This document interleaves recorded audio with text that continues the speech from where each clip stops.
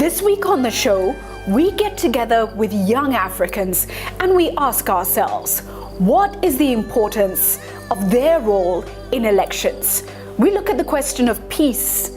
We look at roles, rights, and responsibilities. Let's get straight to the discussion at the University of Nairobi in Kenya with Rotaracts from across the country.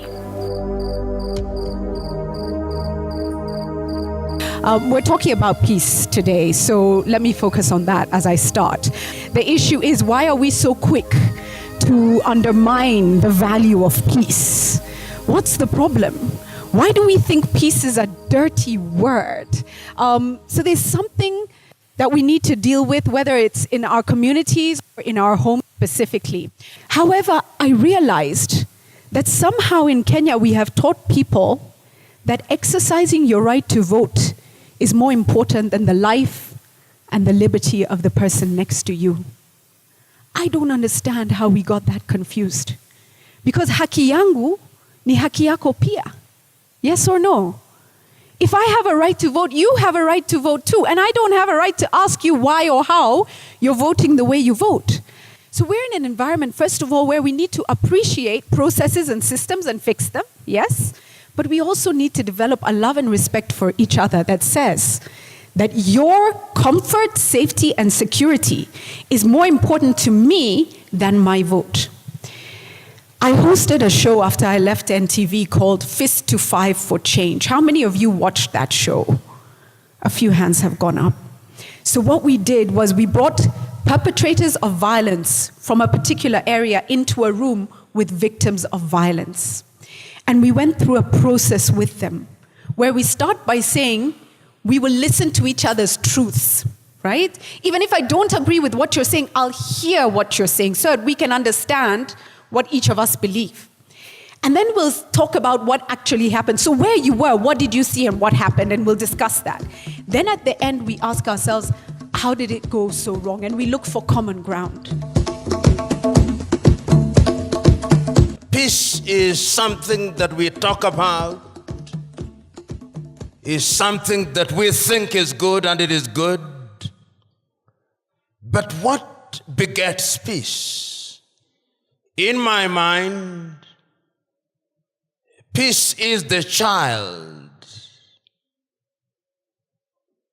of the intercourse between justice and truth. Justice and truth beget peace. Peace does not exist in a vacuum. Throughout the ages, men and women have talked about peace, because in times of peace there is prosperity. Throughout the ages, we have always preached peace alongside justice, but you must never stop preaching peace.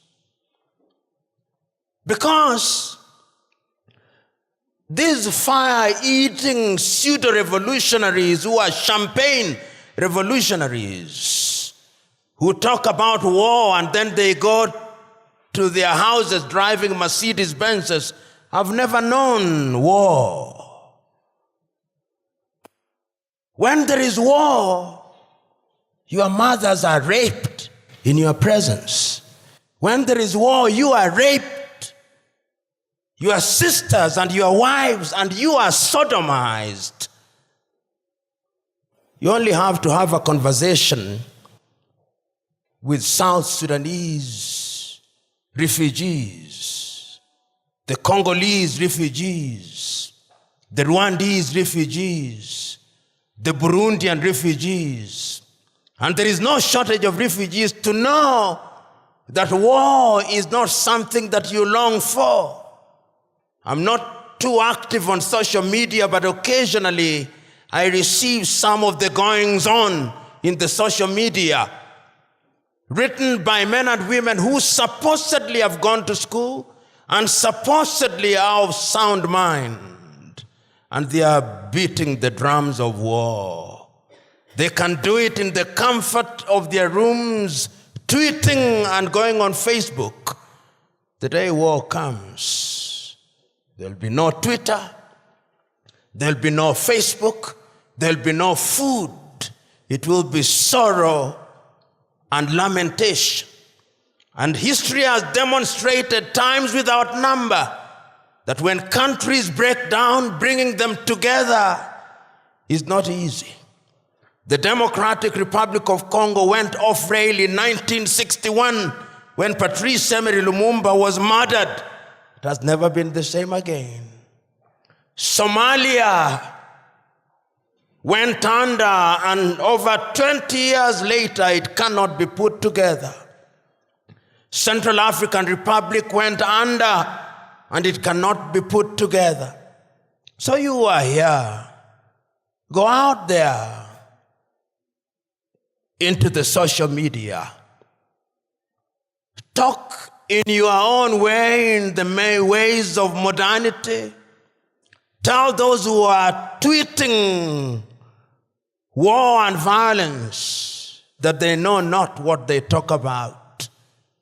Those who are using Facebook and sharpening our tribal sensibilities, tell them that they know not what they are talking about.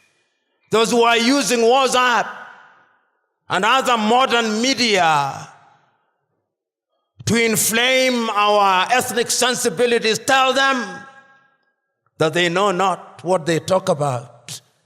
Tell them that throughout history, it is peace that has underwritten human development.